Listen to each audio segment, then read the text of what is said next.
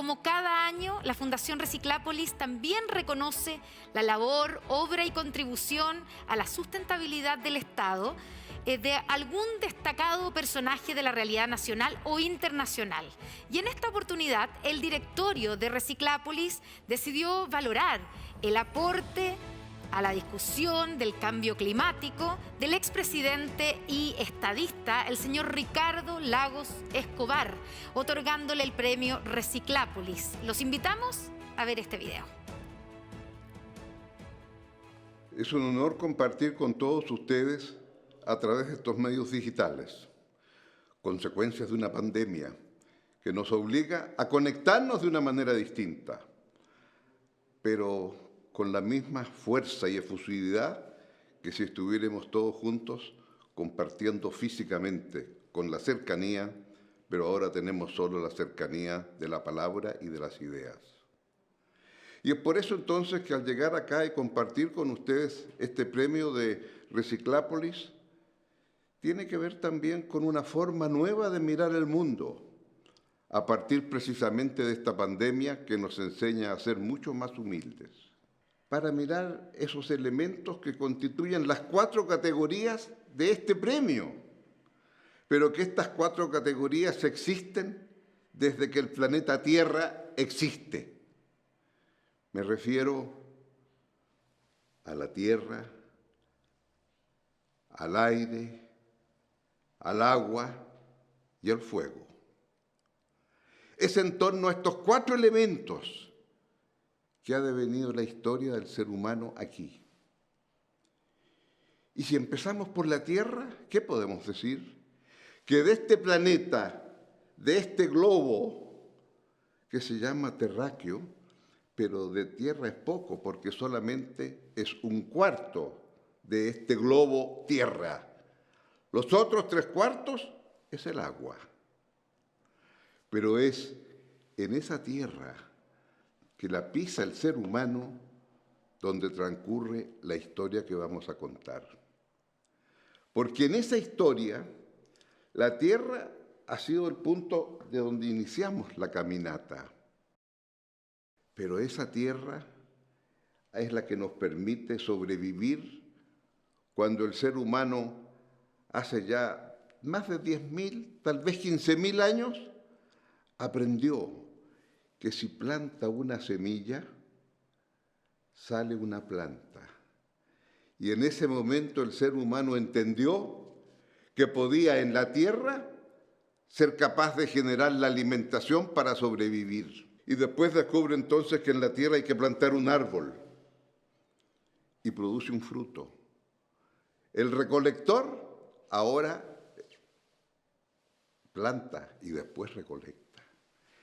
Y ahí comienza la civilización, porque en ese momento entonces los seres humanos descubren que tienen que estar cuidando aquello de otros, que pueden mirar con envidia lo que hay. El plantar significa que se está usando la tierra para alimentarse. Pero esa tierra tiene elementos que después deja de tenerlos cuando usted planta y cultiva intensamente. Y entonces tiene que revitaminizar, poner nuevas vitaminas en la tierra. Las que estaban naturalmente hay que allí ponerlas. Pero esa tierra además usted descubre que para que pueda germinar tiene que ponerle agua. Ajá. Entonces tenemos que tener agua. Ajá. Entonces la tierra tenemos que aprender a cuidarla. Y sabemos cómo se desertifica la tierra, cómo los desiertos van avanzando en lo que ahora es nuestra tierra agrícola.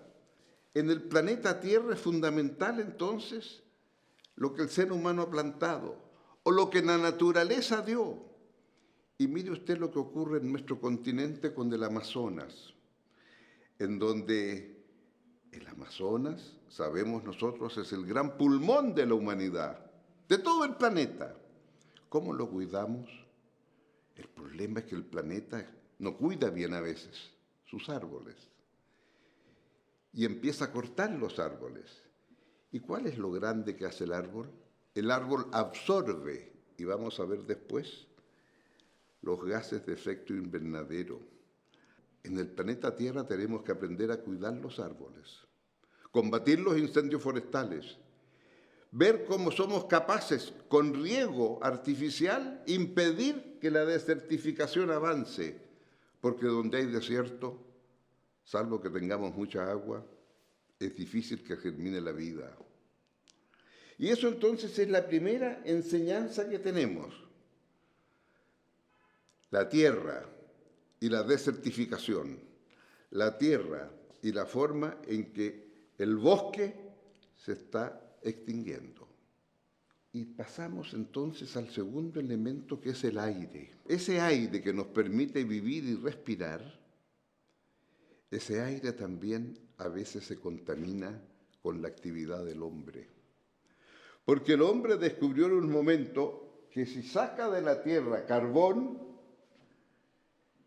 que no es sino leña que está carbonizada, entonces con ese carbón puede calentar el agua o puede calentar la comida y puede alimentarse de una manera distinta. Y ahora entonces algo muy importante. Junto con hacer lo que hacemos en la Tierra, emitimos lo que se llama gases de efecto invernadero. Cuando usted quema carbón, cuando usted usa el petróleo, usted está emitiendo gases. ¿Y por qué se llama efecto invernadero? Porque estos gases se van a la atmósfera. Esta capa que está 20 kilómetros sobre el planeta Tierra. Y cuando son gases de efecto invernadero, ¿por qué se llaman así? Porque quedan atrapados en la atmósfera estos gases. A diferencia del resto de los gases que no son de efecto invernadero, se van. Pero estos quedan atrapados y empiezan a producir un efecto como de invernadero. Quedan allá atrapados en la atmósfera y empiezan entonces a hacer que cuando viene un rayo de sol a la Tierra, llega a la Tierra, golpea la Tierra y se va para arriba. Pero el gas de efecto invernadero lo atrapa. ¿Y sabe cuánto tiempo se quedan los gases de efecto invernadero atrapados allá arriba? Los gases que emitimos el año pasado, que son muchos, van a quedar allí entre 100 y 120 años. Ese es el desafío grande del punto de vista de cómo hacemos ahora para emitir menos y cómo entonces somos capaces de disminuir la emisión de gases de efecto invernadero. Pero así como el aire tiene que ser limpio, así también ese otro elemento fundamental, el agua. El agua tiene que tener ciertas condiciones, porque el agua es esencial para regar la tierra y que germine la vida. Porque el agua es esencial para el ser humano y beber de ella.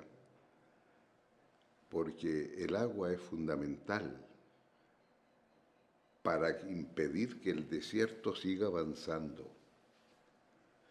Pero el agua, que son las 3/4 partes de la tierra, es salada. Y claro, lo que necesitamos es lo que llamamos agua dulce.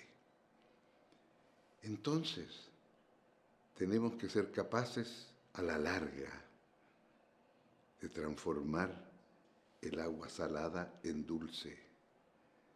Y eso quiere decir entonces una planta desaladora, que le saca la sal al agua. Y la forma de hacerlo es con energía eléctrica. En otras palabras, el agua tenemos que aprender a cuidarla entre todos. Y el agua es para consumo humano, para poder seguir nosotros viviendo. Necesitamos agua y beber agua. El agua es fundamental para regar y que haga la tierra germinar. El agua es fundamental en los océanos, porque los océanos a través de los barcos nos permiten comunicarnos. Alguien podría decir que el agua es el elemento para la conectividad de los seres humanos en este planeta, que es 3/4 de agua, como dijimos al comenzar. Y por lo tanto, esa agua que nos permite regar, que nos permite beber, que nos permite Mire, importante, en la minería, en los procesos industriales, en todos esos se requiere agua.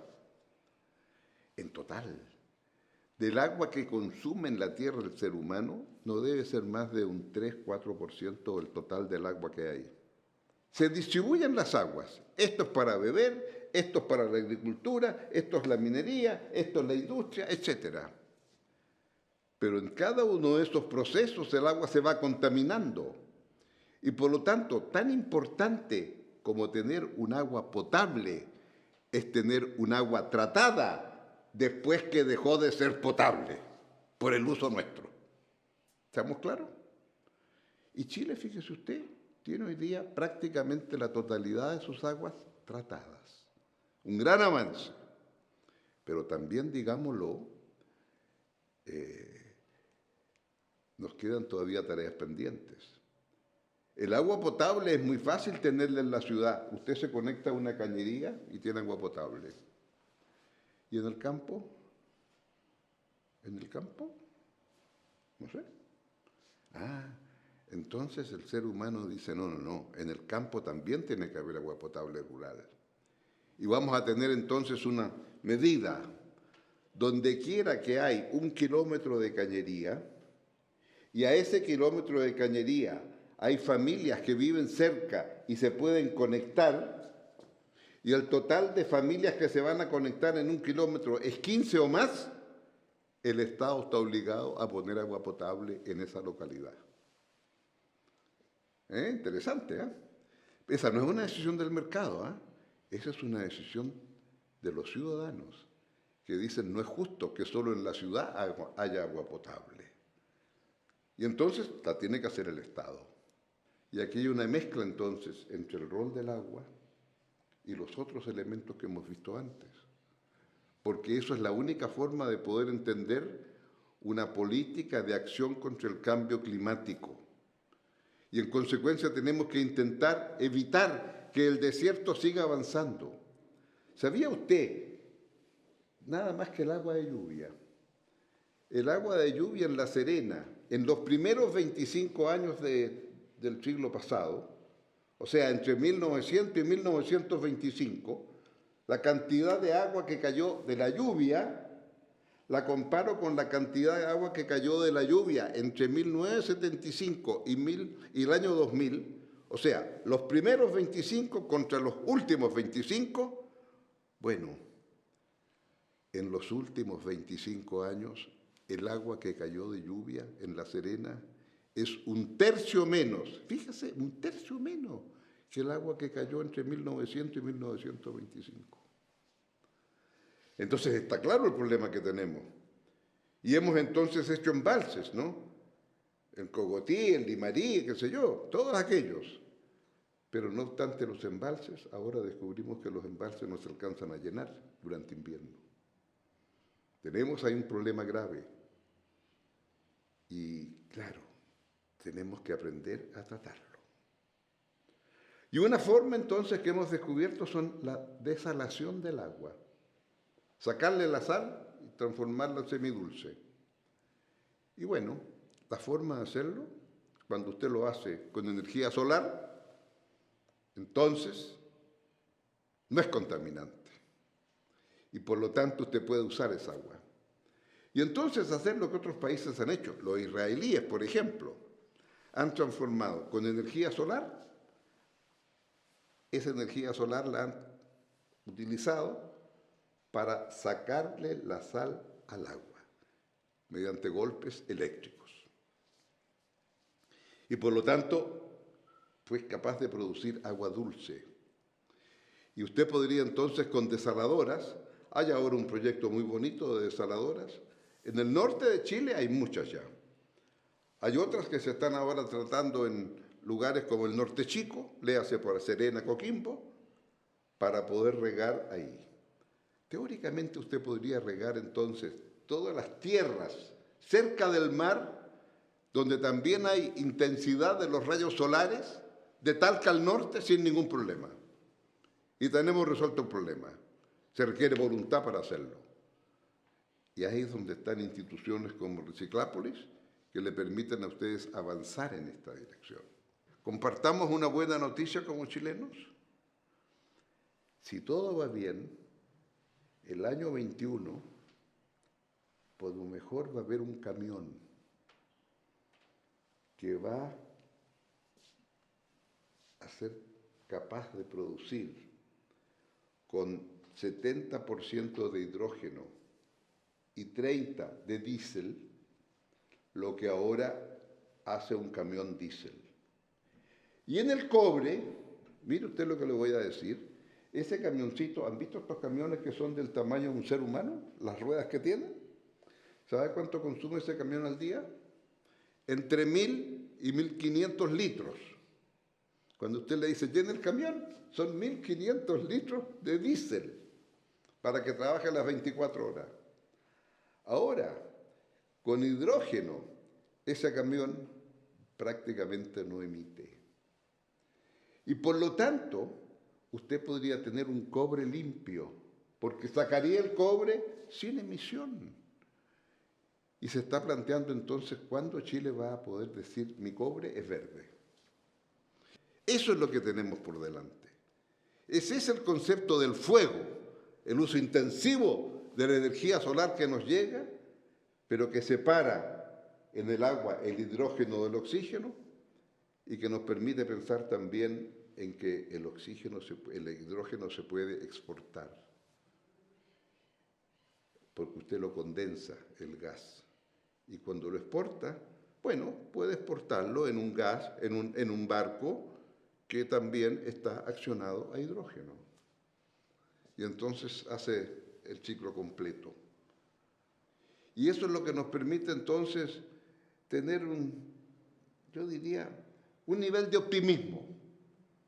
Yo sé, esto tenía lugar después de un 18 de octubre, de un estallido social, y después de una pandemia que nos ha demostrado los desafíos que tenemos por delante. Pero yo pregunto, ¿tenemos que reactivar la economía? Sí, señor, la vamos a hacer. Pero ¿podemos hacer una pequeña exigencia adicional? Que la inversión que tenemos que hacer para reactivar la economía sirva al mismo tiempo para generar agua potable, para generar energía de hidrógeno, sirva al mismo tiempo para alguna de las muchas modalidades por las cuales podemos evitar la emisión de gases de efecto invernadero. Si eso lo hacemos, estamos culminando la tarea y en eso Reciclápolis ayuda enormemente. Quiero agradecer sinceramente este reciclado, en donde se me informa que hay un reciclado del alerce milenario de Chile. Ese alerce que tiene 1.000 años, 2.000 años. He tenido el privilegio de mirar alerces de 4.000 años y están todavía vivos. Cuesta imaginar un alerce que llegó a estar acá en esta tierra 2.000 años antes de Jesucristo.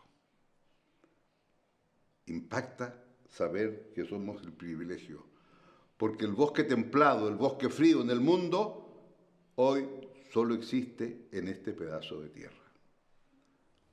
Muchas gracias.